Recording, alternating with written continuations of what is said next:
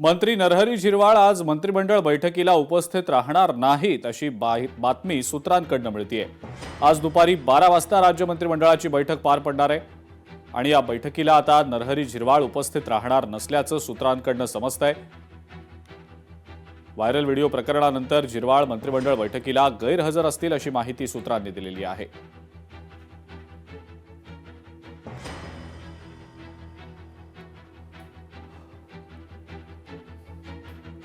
छत्रपती संभाजीनगर मधली पुढची बातमी आहे। अजिंठा लेणीमध्ये पुन्हा मधमाशांचा हल्ला झालेला आहे, ज्यामध्ये 11 पर्यटक जखमी झाल्याचं समजतंय।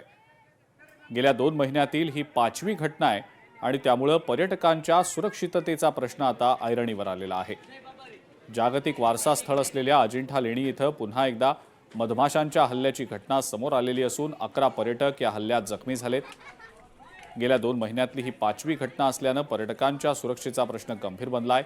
लेणी क्रमांक 10 जवळच्या मोहळातून मधमाशा अचानक बाहेर पडल्या आणि पर्यटकांवर त्यांनी हल्ला केला। या हल्ल्यात काही पर्यटक जखमी झाले। यानंतर तासाभरानंतर लेणी क्रमांक 26 जवळ पुन्हा मधमाशांनी हल्ला केला। या दुसऱ्या हल्ल्यातही पर्यटकांना चावे घेतले गेल्यानं एकूण जखमींची संख्या 11 वर पोहोचली आहे। सातत्यानं घडणाऱ्या या घटनांमुळे देश परदेशातून येणाऱ्या पर्यटकांमध्ये भीतीचं वातावरण आहे। महिला आणि लहान मुलांना या हल्ल्यांचा फटका बसत असल्यानं प्रशासनाच्या सुरक्षा व्यवस्थेवरही प्रश्नचिन्ह आता उपस्थित होत आहे। संबंधित विभागाकडून मधमाशांच्या मोहळांबाबत उपाययोजना करण्याची गरज व्यक्त होतीये। पर्यटकांच्या सुरक्षिततेसाठी तातडीनं आणि ठोस पावलं उचलावीत अशी मागणी केली जातीये।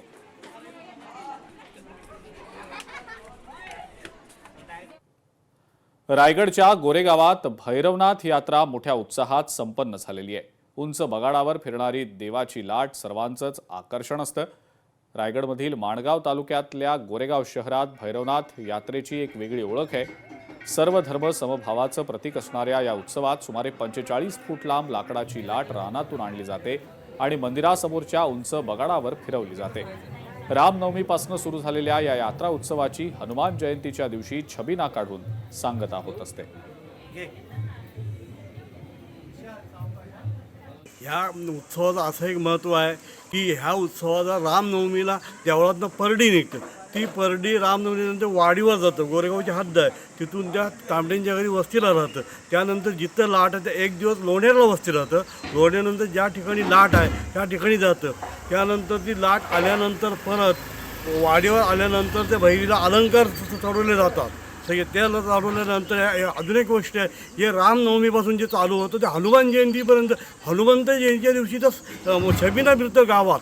ज्या मानाच्या काठ्या असतात, भिनाडची मानाची काठी असतं, कोरोडाची असतं, चिंचोलीची असतं, चिंचोलीची पालखी पण असं समजायची, हे सगळे गावात फिरतात। ते पण हनुमान जयंतीच्या दिवशीच फिरतात। आता समजा एखादा दिवस आल्यामुळे इकडं तिकडं होतं, पण कधीतरी 3 वर्षाला एकदा होतं।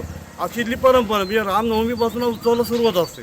गोरेगावमधलं हे प्रथम भैरवनाथाचं मंदिर आहे। या भैरवनाथ मंदिरासाठी लाट आणली जाते आणि ती 45 फूट लांब असते आणि गोरेगाव अख्ख्या रायगड जिल्ह्यामधलं हे एकमेव ठिकाण असं आहे की भरपूर मोठं त्याचं बगाड आहे। अशा प्रकारे लाट फिरवली जाते आणि त्यासाठी 18 बलुतेदार सगळे एकत्र येतात आणि ती जत्रा केली जाते। लोकशाही मराठी ऐका, पहा, जागरूक रहा।